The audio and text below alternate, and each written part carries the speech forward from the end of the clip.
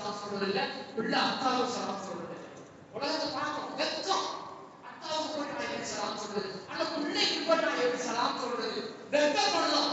அன்பிற்குரியவர்களே, சலாம் சொல்வதிலே நீங்கள் வெக்கப்படாதீர்கள். பிள்ளைக்கு நீங்க சலாம் சொல்லி பாருங்க, அந்த குடும்பத்திலே மகிழ்ச்சி குளிர ஆரம்பிக்கும். அன்பிற்குரியவர்களே, அதே போன்று அன்பளிப்புகளை நீங்கள் வழங்கிக் கொள்ளுங்கள். அன்பளிப்புகளை நீங்கள் உங்க பிள்ளைக்கு நீங்க அன்பளிப்பு வாங்கி கொடுங்க, உங்க அத்தாவுக்கு நீங்க அன்பளிப்பு வாங்கி கொடுங்க, மனைவிக்கு நீங்க அன்பளிப்பு வாங்கி கொடுங்க, கணவனுக்கு நீங்கள் அன்பளிப்புகளை வாங்கி கொடுங்கள். இப்படி உறவுகளுக்கு மத்தியிலே அன்பளிப்புகளை நீங்கள் பரிமாறிக்கொண்டு வாருங்கள். அந்த குடும்பத்திலே மகிழ்ச்சி ஏற்படும், குடும்பத்திலே மகிழ்ச்சி ஏற்படும். அதே போன்று கோபத்தை தவிர்த்து விடுங்கள். கோபத்தை ரசூலுல்லாஹி ஹதீஸில் பிள்ளைகள்லாம் சொல்லுவாங்க, கோபத்தை இத்தனையோடு அழகாக இத்தனையோடு அழகாக பிள்ளைகள்லாம் மனப்பாடம் பண்ணி வச்சிருப்பாங்க. கோபத்தை குடும்பத்துல கோபம் வரும். சில நேரத்தில் பிள்ளையின் செயல்பாடு கோபத்தை ஏற்படுத்தும், மனைவியின் செயல்பாடு கோபத்தை ஏற்படுத்தும், கணவனின் செயல்பாடு கோபத்தை ஏற்படுத்தும். இத்தனையோடு அழகாக கோபத்தை அப்ப விட்டுருங்க. நீங்க அப்புறமே அமர அது இருக்க சாதக பாதகங்களை நீங்கள் பரிமாறிக் கொள்ளுங்கள். பாருங்க, உங்களுக்கு மத்தியிலே உண்மையான மகிழ்ச்சி ஏற்படும். அன்பிற்குரியவர்களே, அதே போன்று குடும்பத்திலே நீங்கள் தாராளமாக இருங்கள். குடும்பத்துல கஞ்சத்தனம் பண்ணாதீங்க. நீங்கள் சம்பாதிக்கிற அந்த சம்பாதிக்கிறதுல இருந்து குடும்பத்தில் நீங்கள் தாராளமாக இருங்க.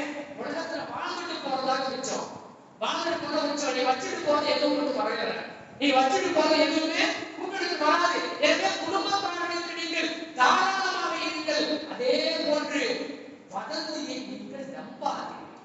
நம்ம குடும்ப உறுப்பினரை பற்றி யாராவது ஏதாவது சொன்னா நம்பிக்கொள்ளாதீர்கள், நம்பாதீங்க. வதந்தியை நம்பாதீர்கள். அதே போன்று இன்னும் குடும்பத்திலே குத்தி பேசாதீர்கள். நீ அன்னைக்கு அதை பண்ணல, அதனால நீ இப்படிதான், நீ அப்படிதான் குத்தி பேசாதீர்கள். ஒரு கணவன் மனைவி குடும்ப மத்தியிலே குத்தி பேசுவதை நீங்கள் விட்டு விடுங்கள். அந்த குடும்பம் மகிழ்ச்சியாக இருக்கும். அன்பிற்குரியவர்களே, அதே போன்று நிதானம் தவறாதீர்கள். எந்த விஷயமா இருந்தாலும் நிதானத்தோடு நீங்கள் இருங்கள். அதே போன்று ஒரு தாய் குருவியை தவிக்க விட்டு விடாதீர்கள். பிள்ளைகளுக்கு சொல்கிறேன், உங்களது தாய் குருவியை, ஒரு குருவி எப்படி தன்னுடைய தாயை தவிக்க விட்டால், ஒரு குருவி சின்ன குருவி அது எவ்வளவு பாசம் வச்சிருக்கோம் அந்த தாய் குருவி. அன்பிற்குரியவர்களே, சிறு பிள்ளைகளான உங்களுக்கு நான் சொல்லுகிறேன், உங்களது தாயை நீங்கள் தவிக்க விட்டு விடாதீர்கள். அப்படி இருந்தால் அந்த குடும்பம் மகிழ்ச்சியாக இருக்கும். அன்பிற்குரியவர்களே, அதே போன்று தன்னை நீங்கள் எல்லா நிலைகளிலையும் அழகுபடுத்துங்கள். அசிங்கமா இருந்தா கூட அந்த குடும்பத்தில் குழப்பம், அசிங்கமா இருந்தா கூட அங்கே விளக்கமா சொல்ல முடியாது. அன்பிற்குரியவர்களே, உங்களை நீங்கள் அழகுபடுத்திக் நீங்கள் செய்ய சொன்னா எல்லா நேரத்திலையும் அழகாக இருங்கள். தோடு கலனா இருக்கணும்னு அவசியம் இல்லைங்க, அது அல்லாஹ் கொடுத்தது. அதே அல்லாஹ் என்ன கொடுத்தாலும் என்ன வடிவத்தில் கொடுத்தாலும் அதை பற்றி பேச்சில்ல. நீங்கள் எப்பொழுதுமே மனமாக அழகாக வாசனையோடு இருந்து பாருங்கள். அந்த குடும்பத்திலே மகிழ்ச்சி ஏற்படும். அன்பிற்குரியவர்களே, அதே போன்று குற்றங்களை அவ்வப்பொழுது மன்னித்துக் கொண்டே இருக்கிறது. குற்றம் செஞ்சுக்கிட்டே இருப்பாங்க, குற்றம் நடந்து கொண்டேதான் இருக்கும். அது கணவனாக இருந்தாலும் சரி, மனைவியாக இருந்தாலும் சரி, பிள்ளையாக இருந்தாலும் சரி, உறவுகளாக இருந்தாலும் சரி, அவ்வப்பொழுது குற்றங்களை மன்னித்துக் கொண்டே இருங்கள். அந்த குடும்பம் மகிழ்ச்சியுள்ள குடும்பமாக இருக்கும். அன்பிற்குரியவர்களே, குறிப்பாக பிள்ளைகளுக்கு இன்னும் சொல்லுகிறேன், சீ என்ற வார்த்தையை உங்களது பெற்றோர்களை பார்த்து சொல்லாதீர்கள். சீ என்ற வார்த்தையெல்லாம் கூட சொல்லிடுறாங்க. சரி சரி, சீ என்ற வார்த்தையை கூட பெற்றோரை பார்த்து சொல்லாமல் இருப்பார்கள். அந்த குடும்பம் மகிழ்ச்சியாக இருக்கும். அன்பிற்குரியவர்களே, குழந்தைகளை அருகிலே அமர்த்தி நீங்கள் பேசுங்கள். நீங்க தனியா எப்பவுமே ஒதுக்கி வச்சுட்டாங்க, ஒதுக்கி வச்சுட்டு நீங்க தனியா பாடு இருக்காதீங்க. உங்களது பிள்ளைகளை அருகிலே அமர்த்தி அவர்கள் மீது உங்களது கணவர்களை போட்டு அன்பாக அவர்களை கடமை கொடுத்து அவர்களோடு நீங்கள் சம்பாஷணை செய்யுங்கள். அந்த குடும்பம் மகிழ்ச்சியாக இருக்கும். அன்பிற்குரியவர்களே, அதே போன்று நகைச்சுவை உணர்வோடு பேசுங்கள்.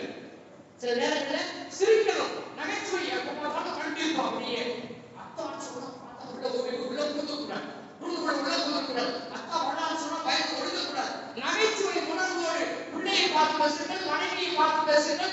உறவுகளுக்கு மத்தியிலே நகைச்சுவையோடு நீங்கள் நடந்து கொண்டு பாருங்கள். அங்கே மகிழ்ச்சி ஏற்படும். அன்பிற்குரியவர்களே, அதே போன்று பொறுமைக்காரனுக்கும் நீங்கள் உதவுங்கள்.